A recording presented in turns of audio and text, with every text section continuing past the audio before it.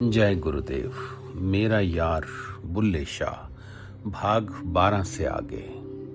ਲੱਭਣ ਤੁਰਿਆ ਤੈਨੂੰ ਤੇ ਮੈਂ ਸਾਰੀ ਦੁਨੀਆ ਗਾ ਲਈ, ਆਖਰ ਵੇਲੇ ਅੰਦਰ ਮਿਲਿਆ ਤੇ मैं ਐਵੇਂ उम्र गवा ली।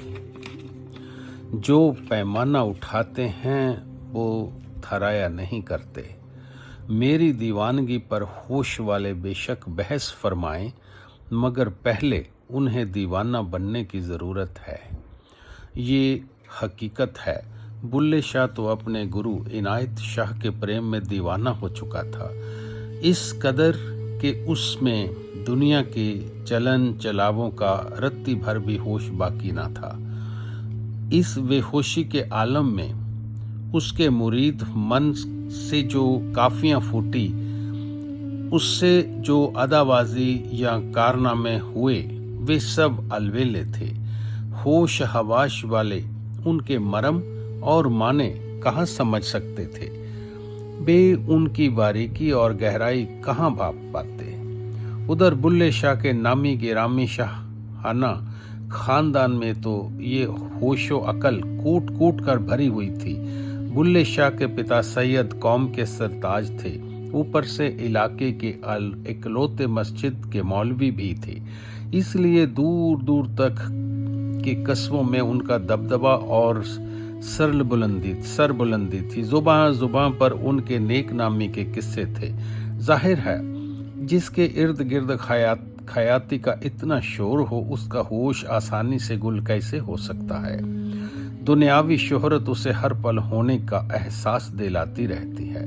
यही वजह है कि उनसे बुल्ले शाह की दीवानगी हजम तो क्या होनी थी, बर्दाश्त भी नहीं हुई, गाज की तरह गिरी। उधर एक मुलाजिम दौड़ते हुए हांफते हुए आते हैं। मौलवी साहब, वो जी, छोटे शाह जी, बुल्ले शाह जी। मौलवी साहब नक्शा काशियों से तराशी हुई मेज पर तशरीफ रखे हुए थे। उनकी उंगलियों पर से माला के मन के सरक रहे थे। मुलाजिम की आवाज सुनते ही उनकी आंखों की बत्तियां जग गई, अंग से फड़क उठे, उंगलियां मनकों पर थम गई। बोले, बुलिया क्या लौट आया वो? मुलाजिम, नहीं, हवेली नहीं लौटे जी, कुएं के परली तरफ वाले चौराहे पर। मौलवी साहब सक पकाते हुए, चौराहे पर? क्या चौराहे पर? मुलाजिम हाथ कानों पर हिचकिचाते हुए, जी गुस्ताखी माफ हो, छोटे नवाब वहां पर हिजड़ों के साथ ठुमक रहे हैं। लाहौल विलाकुबत। मौलवी साहब दहाड़ उठे, अंगर धधक कर अंगारा हो गए, त्योड़ियां तन गई, आंखें तरेर उठी, रगों में साइदी खून उबाल खाने लगा। इतने में मुलाजिम सग बगाता हुआ फिर बोला, शाह जी, सुनने में तो ये तक आया है कि इससे पहले छोटे नवाब तमाम सूबे में एक गधे पर सवार होकर चक्कर काट रहे थे। मौलवी साहब उसी तेवर में, किस पर सवार होकर? मुलाजिम आंखें गर्दने झुककर धीमी आवाज में, जी एक गधी पर।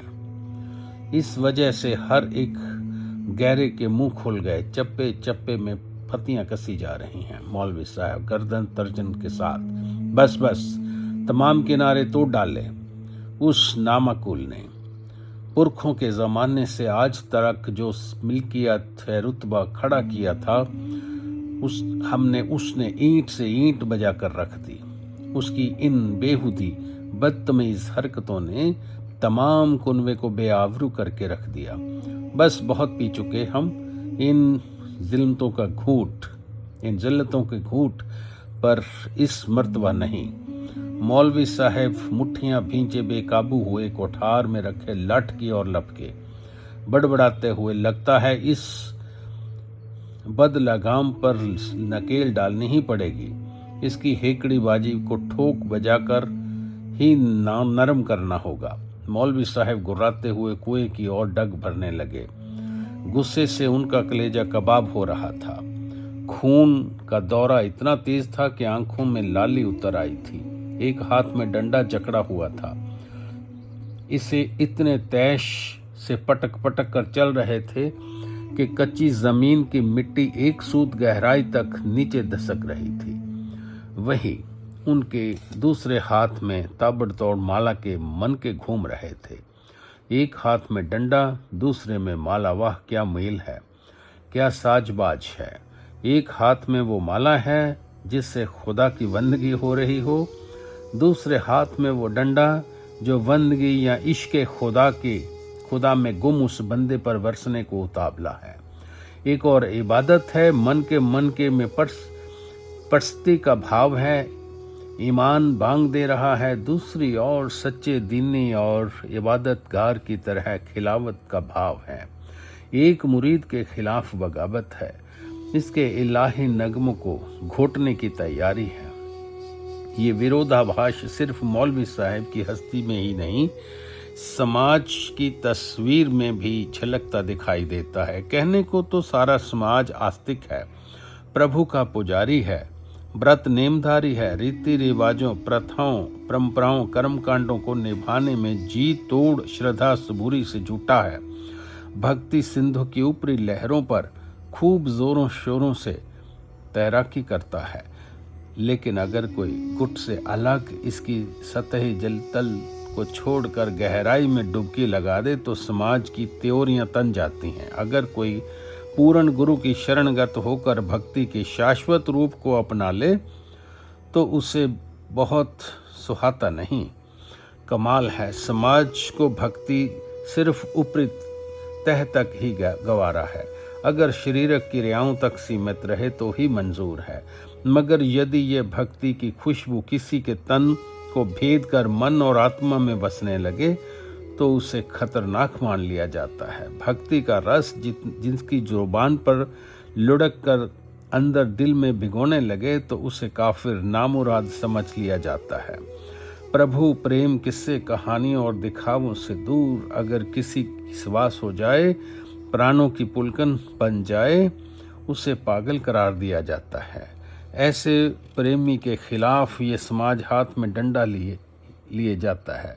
मीरा जैसी भक्तिमयी को बावरी, कुलनाशनी जैसे विष बुझे शब्द बाण छोड़ता है। किसी के लिए क्रूस का सामा जोड़ता है और किसी के लिए हलाहल जहर। ये कैसी रिवायत है, कैसा अजब दस्तूर, कैसी भयंकर विडंबना। मौलवी शाह जी उन्हीं अटपटे और बेमेल भावों से भरे हुए कुएं तक पहुंच गए। परली तरफ से उसी झूम झनन और धूम धड़क की धुनें आ रही थी। उन्होंने अपने सख्त कदमों का रुख उसी और कर लिया और जैसे जैसे आगे बढ़ रहे थे वैसे वैसे धुनकारें ऊंची हो रही थी। उनकी ऊंचाई के साथ साथ मौलवी जी के गुस्से का पारा भी ऊपर चढ़ रहा था। उफान दिलो दिमाग पर हावी हो रहा था। इतने में उनकी निगाह रंग बिरंगे घाघरों के बीच झमकते हुम चले बुल्ले शाह पर पड़ गई। बस अब तो कहर बरपा, मानो भभकती भट्टी में किसी ने धौंकनी से फूंक मार दी हो। मगर उधर बुल्ले शाह जो आलरसी दीवाना बिल्कुल बिंदास थिरक रहा था, मानो हुलस हुलस कर निडर ऐलान कर रहा हो, ख्याले गैर नहीं, खौफे खान का नहीं, ये जानता हूँ इबादत कोई गुनाह नहीं। इबादत की है, रूहानी मोहब्बत की है अपने मौला अपने मुर्शद शाह इनायत से। ये कोई गुनाह या बदकारी नहीं, कसूर नहीं, बल्कि बेईमानी है।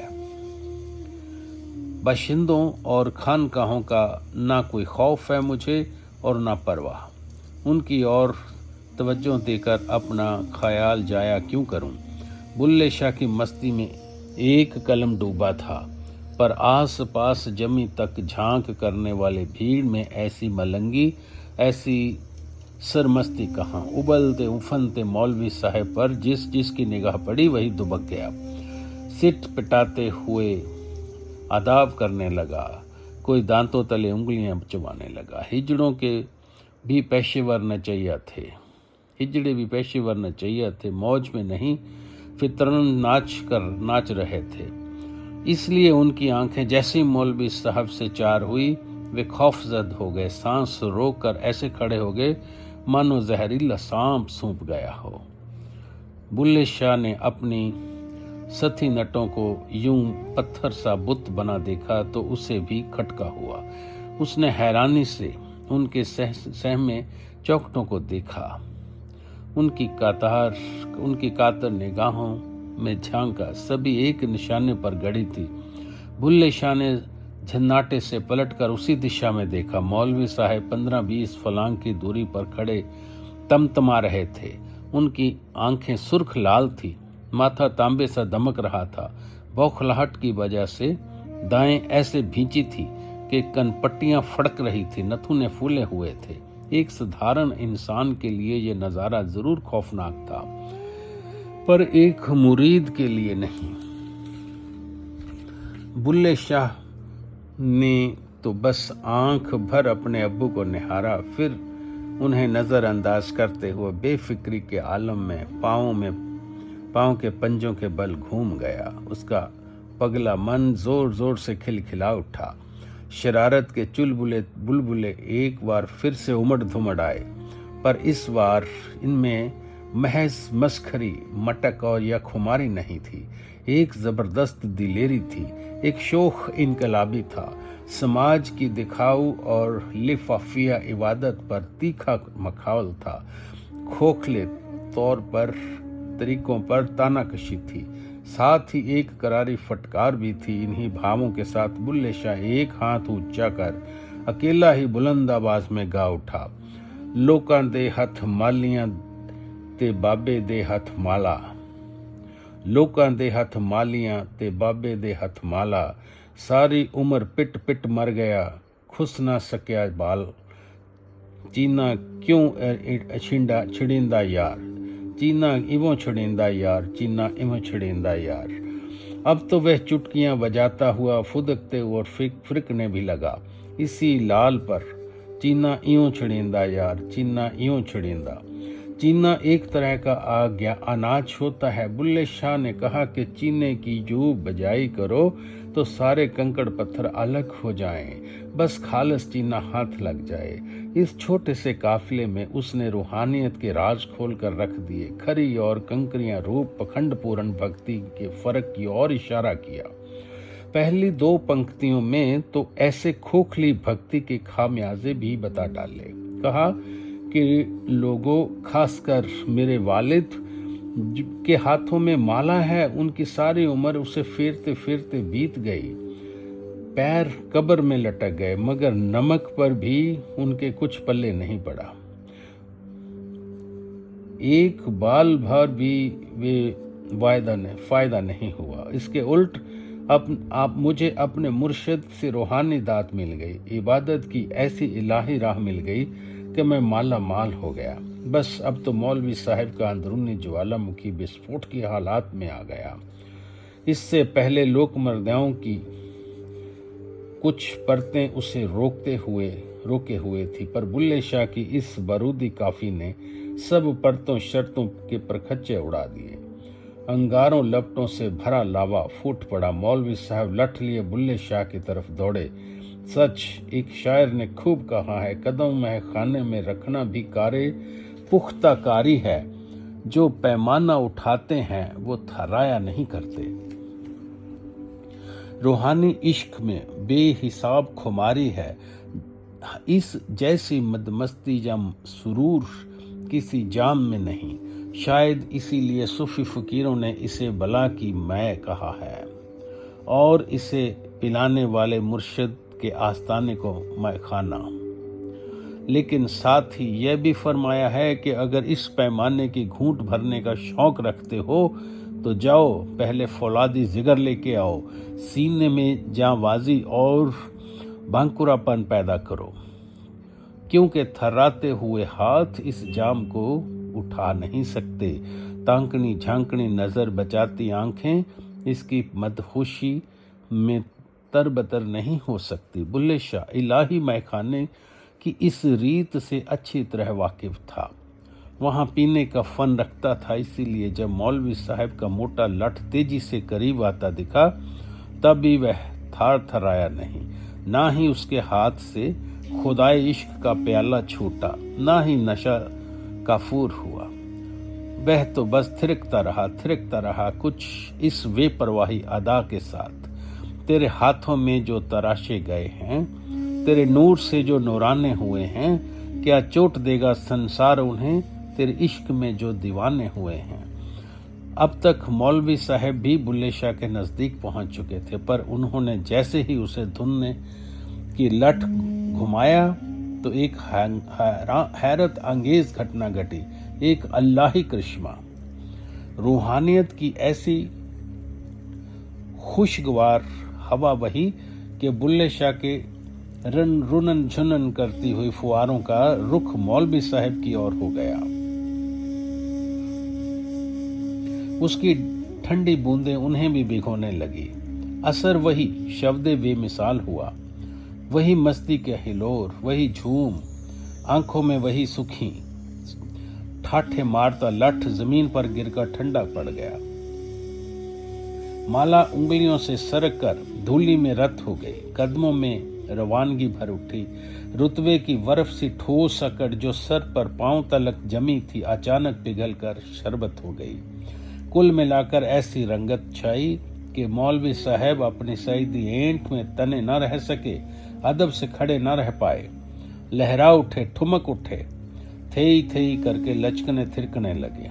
उधर कस्बे वाले, उनके लिए तो यह नजारा ही कयामती था। आंखें ऐसी फटी की फटी, पल के वोहें को छू गए, मुंह खुले के खुले रह गए। विजैया और नचैया हिजड़े तो ज्यों के त्यों बुत बने रहे। पहले खौफ से बने थे, अब हैरानगी से। सबकी चुप्पी बन गई। चारों ओर अजीब सी सनसनाहट छा गई। बस आज इतना ही। जय गुरुदेव।